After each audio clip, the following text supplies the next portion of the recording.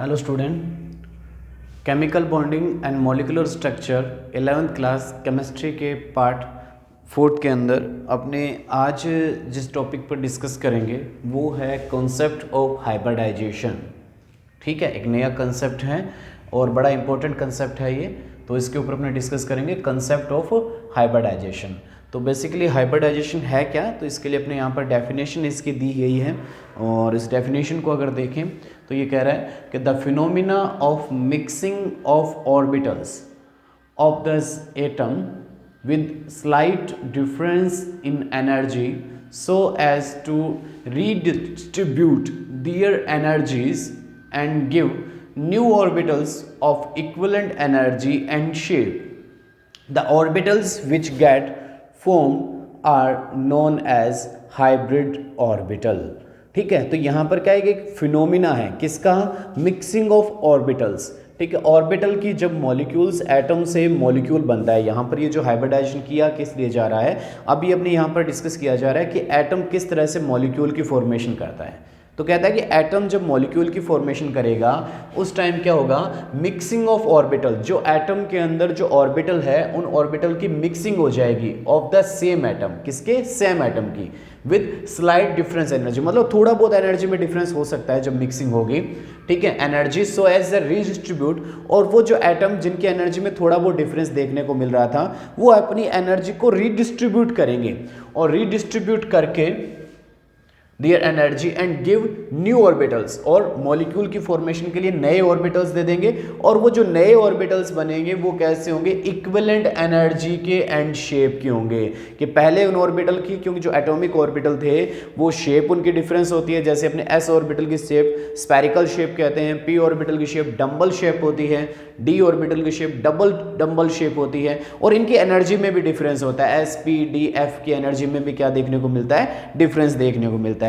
तो ये जो किसी भी पर्टिकुलर एटम के जो ऑर्बिटल है इक्विवेलेंट स्लाइट डिफरेंस एनर्जी चल सकती है, मतलब s के साथ p ऐड हो सकता है, s के साथ डायरेक्ट d ऑर्बिटल को ऐड नहीं किया जा सकता। ध्यान रखना है कि स्लाइड डिफरेंस का मतलब क्या है कि जब रीडिस्ट्रीब्यूट होगा एनर्जी का तो s के साथ कौन ऐड हो सकता है, p।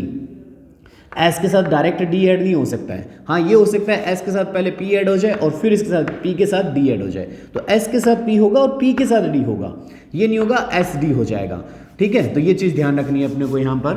तो वो कह रहा है कि पर्टिकुलर एटम के अंदर जो रीडिस्ट्रीब्यूट होगी एनर्जी की, और रीडिस्ट्रीब्यूट होने के कारण से जो पहले उनकी डिफरेंट स्ट्रक्चर थी, डिफरेंट शेप थी, डिफरेंट एनर्जी थी, वो सब कुछ मिलकर एक नए ऑर्बिटल की फॉर्मेशन करेंगे जो शेप के बेस पर देखें या एनर्जी के बेस पर देखें तो उनके अंदर इक्विवेलेंट एनर्जी होगी और सेम शेप होगी। इन नए जो ऑर्बिटल हैं उन नए ऑर्बिटल को क्या नाम दिया जाएगा, अभी यहाँ हाइब्रिड ऑर्बिटल इन्हें नाम दिया जाता है। ये वैसे ही हुआ जैसे हमारे पास मिट्टी के खिलौने हैं और इन मिट्टी के खिलौनों को डिफरेंट शेप अपने दी गई है।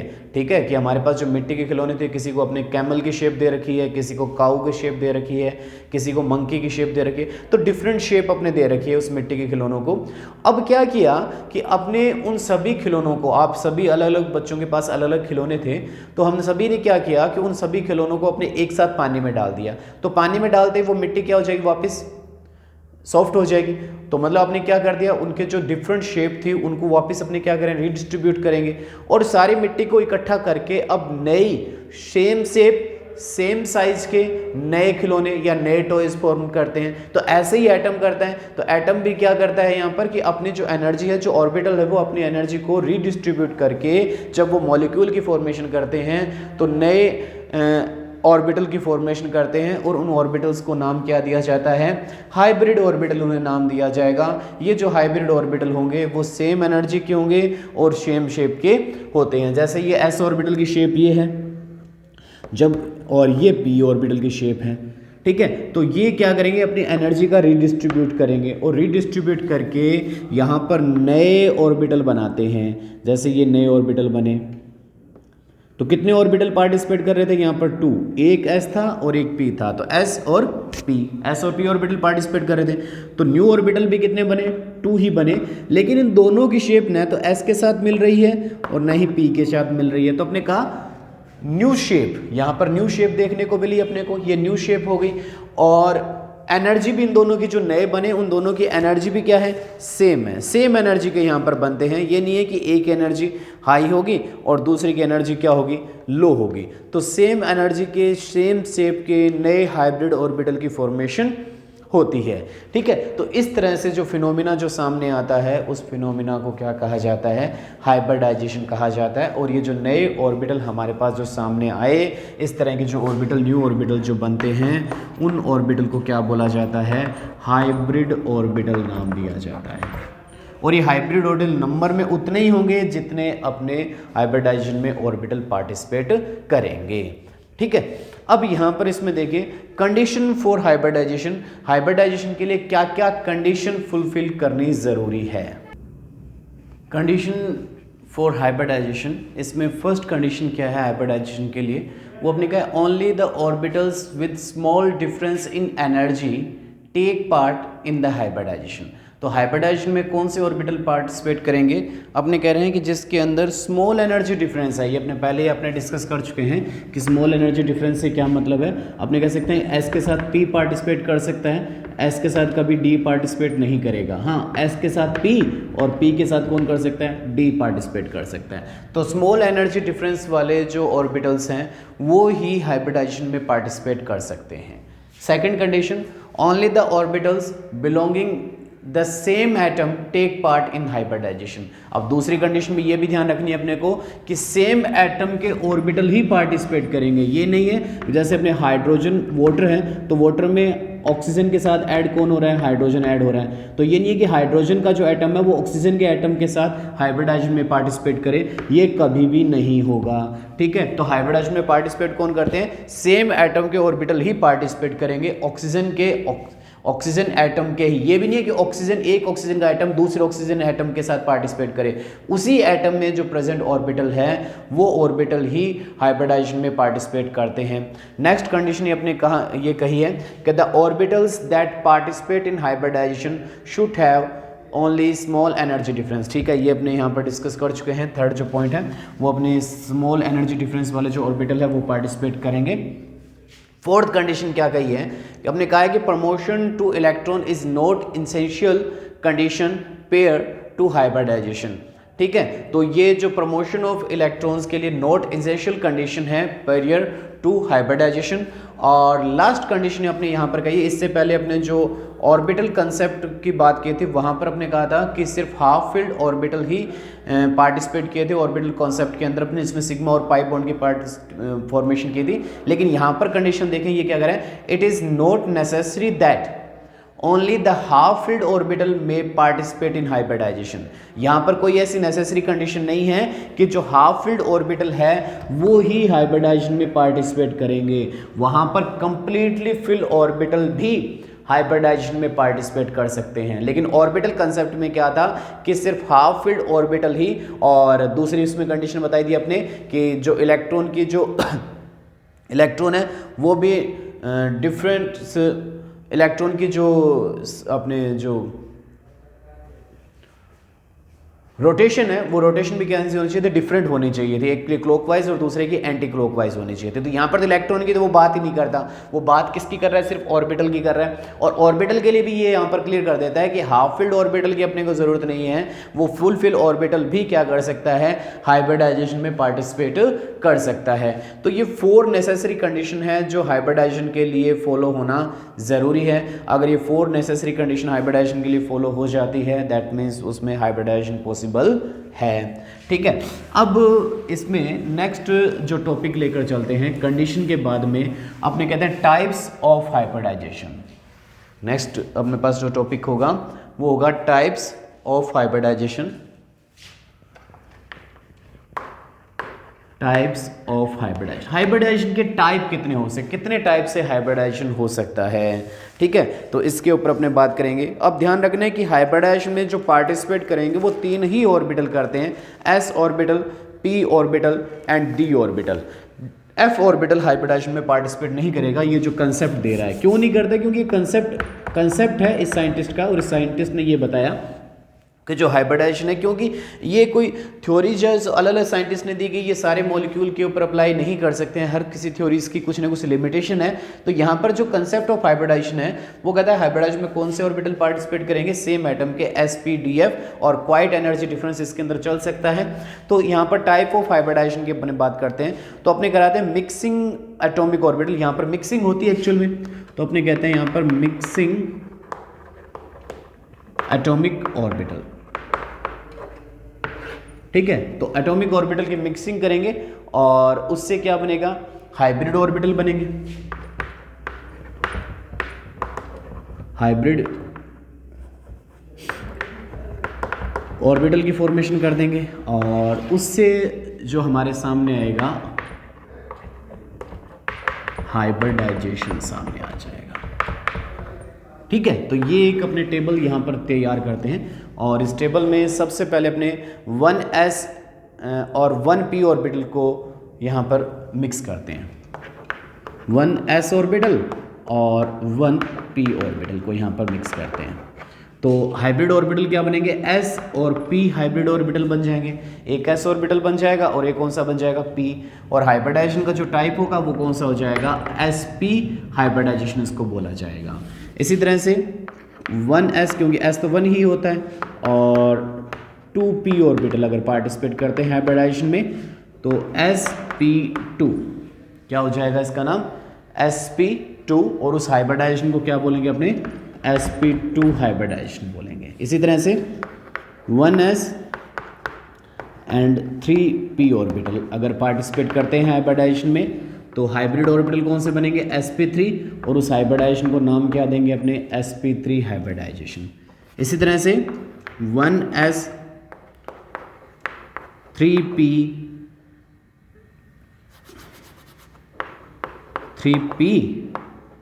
एंड 1d ऑर्बिटल अगर हाइब्रिडाइजेशन में पार्टिसिपेट करते हैं तो sp3d, और उस हाइब्रिडाइजेशन को क्या नाम दिया जाएगा, sp3d। यहाँ पर एक dsp3 हाइब्रिडाइजेशन भी होता है, तो वो डिफरेंस मैं बताऊंगा जब इनको डिटेल में करेंगे तब देखेंगे sp3d क्या होता है और dsp3 क्या होता है। ठीक है, दो टाइप यहाँ पर अपने इसमें होगी।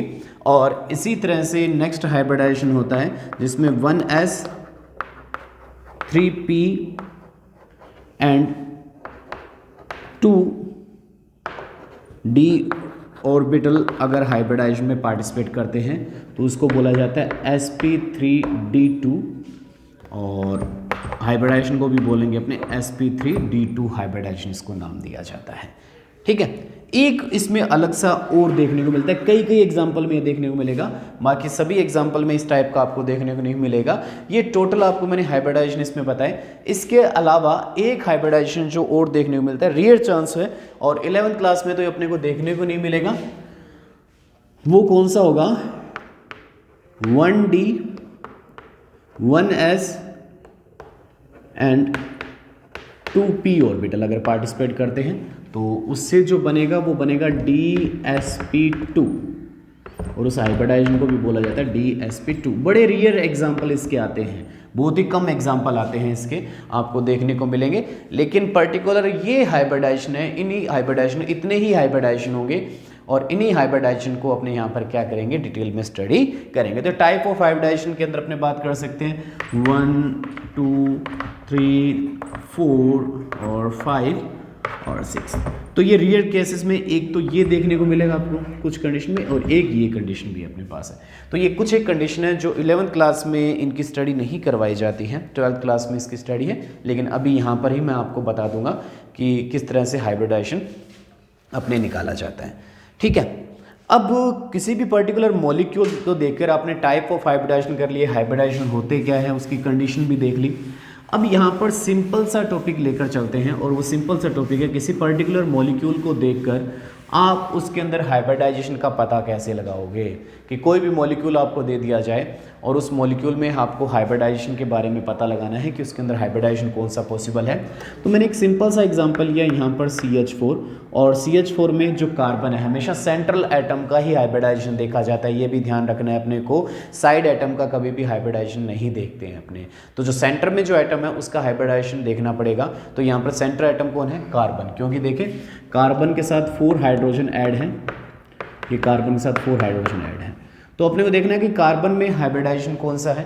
तो कार्बन में हाइब्रिडाइजेशन देखने के लिए इसका सिंपल सा तरीका है कि कार्बन के वैलेंस शेल में इलेक्ट्रॉन कितने होते हैं। तो कार्बन का इलेक्ट्रॉनिक कन्फिगरेशन देखो 1s2 2s2 और 2p2। तो सेकंड वैलेंस शेल है और इसके अंदर इलेक्ट्रॉन कितने दिखाई दे रहे हैं? 4। तो अपने 4 ऐड कर दिया, 4 प्लस कितने इसके साथ सिंगल बॉन्ड से अटैच हो रहे हैं। यहाँ पर ध्यान रखना है कि सेंट्रल एटम के साथ सिंगल बॉन्ड कितने बन रहे हैं वो अपने को कंसीडर करना है। अगर डबल बॉन्ड है तो उसको अपने नहीं लेंगे वहाँ पर, ठीक है। तो कितने सिंगल बॉन्ड बन रहे हैं? तो कितने बन रहे हैं? 4। डिवाइड कर देते हैं इसे 2 से, तो ये एवरेज वैल्यू कितनी आती है? 4। तो 4 कौन कौन से में आई थी? अपने देखो, आपने कहा था 1s और 1p, तो इसमें टोटल ऑर्बिटल कितने पार्टिसिपेट कर रहे हैं? 2। 1s है और 1p। सेकंड हमने कहा था 1s 2p, तो इसमें टोटल ऑर्बिटल कितने पार्टिसिपेट कर रहे हैं? 3। थर्ड कहा था 1s एंड 3p, तो इसमें ऑर्बिटल कितने पार्टिसिपेट कर रहे हैं? 4। एक ऐसी कंडीशन और थी जो यहाँ पर आपको छोड़नी है। वो कौन सी कंडीशन आपने बताई थी? वो आपने कहा था 1d 1s और 2p, यहाँ पर भी टोटल ऑर्बिटल 4 होते हैं। तो ये एक बार आप ध्यान में नहीं रखोगे, ठीक है। फिर इसके बाद में हमने कहा था 1s 3p और 1d, टोटल ऑर्बिटल कितने हो गए? 5। फिर हमने कहा था 1s 3p एंड 2d, यहाँ पर टोटल ऑर्बिटल कितने हो गए? 6, ठीक है। तो 2 ऑर्बिटल जब होते हैं तो उस हाइब्रिडाइजेशन का नाम क्या होता है? sp। 3 होंगे तो उसे नाम दे देंगे sp2। 4 होंगे तो इसे sp3। यहाँ पर इसको जो नाम दिया जाता है, ये वाली जो कंडीशन है वो dsp2 आती है। तो ये अलग से अपने इस पर डिटेल में बात करेंगे। यहाँ पर जो आता है, अभी एक बार अपने sp3d को देखेंगे, dsp2 को नहीं देखेंगे, dsp3 को सॉरी नहीं देखेंगे। और लास्ट अगर 6 आते हैं तो sp3 d2 ऑर्बिटल्स हो जाते हैं, d2 हाइब्रिडाइजेशन हो जाता है। तो अपने को यहाँ पर कितने ऑर्बिटल शो हुए CH4 के अंदर? तो CH4 में अपने को 4 ऑर्बिटल शो हो रहे हैं, और जब 4 ऑर्बिटल होते हैं तो हाइब्रिडाइजेशन कौन सा होता है? sp3 हाइब्रिडाइजेशन उसके अंदर होता है। तो इसका मतलब CH4 में कार्बन में जो हाइब्रिडाइजेशन अगर पूछा जाए तो वो कौन सा होगा? sp3 होगा। इसी तरह से एक नेक्स्ट एग्जाम्पल और लेता हूँ मैं, NH3 की बात करें तो NH3 में सेंट्रल एटम कौन है? नाइट्रोजन। नाइट्रोजन का electronic configuration 1s2 2s2 2p3, तो इसके वैलेंस शेल में इलेक्ट्रॉन कितने हैं? 5। तो आपने क्या किया? 5 प्लस कितने ऐड हो रहे हैं इसके साथ सिंगल बॉन्ड के साथ? 3 डिवाइड बाई 2, तो यहाँ पर भी कितना आ जाता है? 4। और 4 आने का मतलब इसमें भी हाइब्रिडाइजेशन कौन सा है? sp3 ही है। तो इसका मतलब यहाँ पर दोनों में हाइब्रिडाइजेशन कौन सा मिल रहा है अपने को देखने के लिए? sp3 हाइब्रिडाइजेशन देखने को मिलेगा, ठीक है। अब नेक्स्ट एग्जांपल ले, इस चीज़ को आपको ध्यान रखना है, इसी के बेस पर अपने हाइब्रिडाइजेशन को फाइंड किया जाता है। अब एक एग्जांपल लिया, देखिए मैंने H2O, और एक एग्जांपल लेते हैं CO2। H2O में सेंट्रल एटम कौन होता है? ऑक्सीजन होता है। H2 में सेंट्रल एटम कौन है? ऑक्सीजन। और कार्बन डाइऑक्साइड में सेंट्रल एटम कौन है? कार्बन। देखो H2O की तो स्ट्रक्चर ये है, बैंड शेप बताई थी, और कार्बन डाइऑक्साइड की जो स्ट्रक्चर होती है वो लीनियर स्ट्रक्चर होती है, ठीक है। तो इसकी स्ट्रक्चर का तो, या इसकी शेप कैसी है? बैंड, और इसकी जो शेप है वो कैसी होती है? लीनियर शेप होती है। तो यहाँ पर सेंट्रल एटम के हमेशा वैलेंस शेल के इलेक्ट्रॉन को काउंट किया जाता है। तो ऑक्सीजन का electronic configuration 1s2 2s2 2p4, तो वैलेंस शेल में कितने इलेक्ट्रॉन हैं? 4। कितने ऐड हो रहे हैं? 2 डिवाइड बाई 2, कितना आ गया? 6। और 6 आने का मतलब क्या हो गया? सॉरी 3 आ गया इसका आंसर। और 3 का मतलब इसमें जो हाइब्रिडाइजेशन देखने को मिलेगा वो कौन सा मिलेगा अपने को? sp2 देखने को मिलेगा। नहीं, 2 और 4 6 होंगे यहाँ पर 4, तो यहाँ पर कौन सा आ जाएगा? sp3 हाइब्रिडाइजेशन इसके अंदर देखने को मिलेगा, ठीक है। तो यहाँ पर देखिए ऑक्सीजन सेंट्रल एटम था। अब इस एग्जांपल में देखें सेंट्रल एटम कौन है? कार्बन। और कार्बन के वैलेंस शेल में इलेक्ट्रॉन कितने होते हैं? 4 प्लस ऑक्सीजन। हमने कहा था कि जब किसी सेंट्रल एटम के साथ डबल बॉन्ड के साथ कोई अगर ऐड है तो उसको काउंट ही नहीं किया जाता है, तो यहाँ पर अपने इसको काउंट ही नहीं करेंगे, दोनों ही डबल बॉन्ड से है तो इसका मतलब काउंट ही नहीं करना है, तो वो 0 हो जाएगी इसकी वैल्यू, डिवाइड कर देंगे 2 से और हमारे पास आंसर कितना आ जाता है 2। और 2 आने का मतलब क्या हो गया कि कार्बन डाइऑक्साइड में जो कार्बन में जो हाइब्रिडाइजेशन है वो कौन सा है, sp है। तो दोनों एग्जाम्पल को देखो आप, H2O का एग्जाम्पल देखो और CO2 का देखो। आपको जी H2O में तो काउंट किया है ऑक्सीजन को, लेकिन देखें कि H2O में जो ऑक्सीजन है वो सेंट्रल एटम है, तो सेंट्रल एटम के हमेशा वैलेंस शेल के इलेक्ट्रॉन को काउंट किया जाता है, और सेंट्रल एटम जब ऑक्सीजन है तो उसके वैलेंस शेल में जो इलेक्ट्रॉन है वो कितने होते हैं, 6। सेकेंड एग्जाम्पल जब CO2 का लिया गया तो यहाँ पर सेंट्रल एटम कौन है, कार्बन है, और कार्बन के साथ डबल बॉन्ड के साथ कौन जुड़ा हुआ है, ऑक्सीजन जुड़ा हुआ है, तो डबल बॉन्ड वाले को काउंट कभी भी नहीं करते हैं अपने, ठीक है। अब इसके बाद में नेक्स्ट एग्जांपल, अगर आपके पास कैटाइन या एनाइन है तो उसके अंदर अपने किस तरह से हाइब्रिडाइजेशन को काउंट किया जाता है। देखें, अगर हमारे पास मॉलिक्यूल आ गया जैसे NH4, तो NH4 में देखो नाइट्रोजन के पास 5, कितने ऐड हो गए 4, और जितना माइनस का चार्ज होता है, माइनस का मतलब प्लस का चार्ज होता है, सॉरी, जितना प्लस का चार्ज है, प्लस का चार्ज का मतलब होता है इलेक्ट्रॉन को लूज करना, तो यहाँ पर कितने इलेक्ट्रॉन लूज किए हैं 1, डिवाइड कर देते हैं इसे 2 से, तो इसका रिजल्ट भी कितना आ जाता है 4। That means NH4 ammonium ion में हाइब्रिडाइजेशन कौन सा है, sp3 हाइब्रिडाइजेशन अपने को देखने को मिलेगा। तो यहाँ पर जो पॉजिटिव चार्ज वाला आएगा उस पॉजिटिव चार्ज वाले में अपने इसको काउंट माइनस किया जाता है। अब इसी तरह से CO3-2 कार्बोनेट आयन, तो कार्बोनेट आयन में सेंट्रल आयन कौन है, कार्बन, इसके साथ कौन और ऐड है, ऑक्सीजन, और ऑक्सीजन हमेशा डबल बॉन्ड से ऐड है इसलिए इसको 0, और जो माइनस का चार्ज होता है उसको ऐड कर दिया जाता है, डिवाइड कर देंगे 2, यहाँ पर आ जाएगा 3, और 3 आते ही इसका मतलब कितना हो गया sp2। तो CO2 3 के अंदर कार्बोनेट आयन में जो हाइब्रिडाइजेशन निकल कर सामने आता है वो कौन सा आता है, sp2 हाइब्रिडाइजेशन। इसके बाद में अपने बात करें, अगर सिंगल बॉन्ड किसी के अंदर है, मतलब एल्केन सीरीज का, हाइड्रोकार्बन की मैं बात करूंगा, अगर एल्केन सीरीज का कोई भी एलिमेंट है, कार्बन है, उसमें हाइब्रिडाइजेशन कौन सा होगा, sp3। जो कार्बन डबल बॉन्ड से ऐड रहते हैं, मतलब जो एल्कीन सीरीज का रहता है, उसमें हाइब्रिडाइजेशन कौन सा होता है, sp2, और जो कार्बन ट्रिपल बॉन्ड से ऐड रहता है, मीन्स एल्काइन की बात करते हैं, उसमें हाइब्रिडाइजेशन कौन सा होता है, sp हाइब्रिडाइजेशन होता है। तो सिंगल बॉन्ड एल्केन में sp3, डबल बॉन्ड एल्कीन में sp2, और ट्रिपल बॉन्ड एल्काइन में हाइब्रिडाइजेशन कौन सा होता है, sp हाइब्रिडाइजेशन देखने को मिलता है। कैसे, एक पर्टिकुलर एग्जांपल से मैं आपको यहाँ पर समझते हैं इस चीज़ को। हमारे पास देखिए एग्जांपल है CH3CH डबल बॉन्ड CH, ठीक है, C ट्रिपल बॉन्ड CH। अब देखो यहाँ पर मैंने इसे एक ही एग्जांपल में डबल और ट्रिपल और सिंगल तीनों बॉन्ड दिखाए हैं। अब पहला कार्बन देखें, ये सिर्फ सिंगल बॉन्ड से ऐड है, तो सिंगल बॉन्ड से ऐड है, इसका मतलब इसमें हाइब्रिडाइजेशन कौन सा होगा, sp3। ये कार्बन देखें, एक तरफ तो सिंगल बॉन्ड है, एक तरफ डबल है, तो डबल हो गया, डबल वाले को ही काउंट करेंगे, इसमें हाइब्रिडाइजेशन कौन सा होगा, sp2। ये कार्बन एक तरफ से डबल और एक बार सिंगल, तो सिंगल को नहीं काउंट करके डबल को ही करेंगे, इसमें भी sp2। ये कार्बन सिंगल और ट्रिपल, तो ट्रिपल को काउंट करेंगे, हमेशा बड़े को काउंट किया जाता है, sp, और ये sp। तो एक ही चेन के अंदर अपने देख सकते हैं कि sp2 हाइब्रिडाइजेशन भी देखने को मिल रहा है, sp3 हाइब्रिडाइजेशन देखने को मिल रहा है, और sp हाइब्रिडाइजेशन भी देखने को मिल रहा है। तो तीनों टाइप के आपको हाइब्रिडाइजेशन यहाँ पर देखने को मिलेंगे इसके अंदर, ठीक है। तो ये हाइब्रिडाइजेशन हमारा यहाँ पर जो किस तरह से फाइंड आउट किया जाता है हाइब्रिडाइजेशन को, वो अपने यहाँ पर इसमें कंप्लीट कर लिया। अब कुछ एक एग्जांपल मैं आपको दूंगा और उसके अंदर मेरे को आप हाइब्रिडाइजेशन बताओगे कि उनमें कौन कौन सा हाइब्रिडाइजेशन प्रेजेंट है। कमेंट बॉक्स में आप उसका आंसर लिखेंगे। हमने आपको दिया BeCl2, नेक्स्ट PeCl5, इसके बाद में SO2, इसके बाद में BeCl3, ठीक है, इसके बाद में CCl4। तो इन मॉलिक्यूल्स के अंदर आप हाइब्रिडाइजेशन काउंट करेंगे कि इनमें कौन सा हाइब्रिडाइजेशन फाइंड आ सकता है, तो कमेंट बॉक्स में आप अपने आंसर देंगे। बाकी स्ट्रक्चर या हाइब्रिडाइजेशन के ऊपर जो बाकी चीज़ें हैं वो नेक्स्ट वीडियो के अंदर अपने कंटिन्यू रखेंगे। Thank you.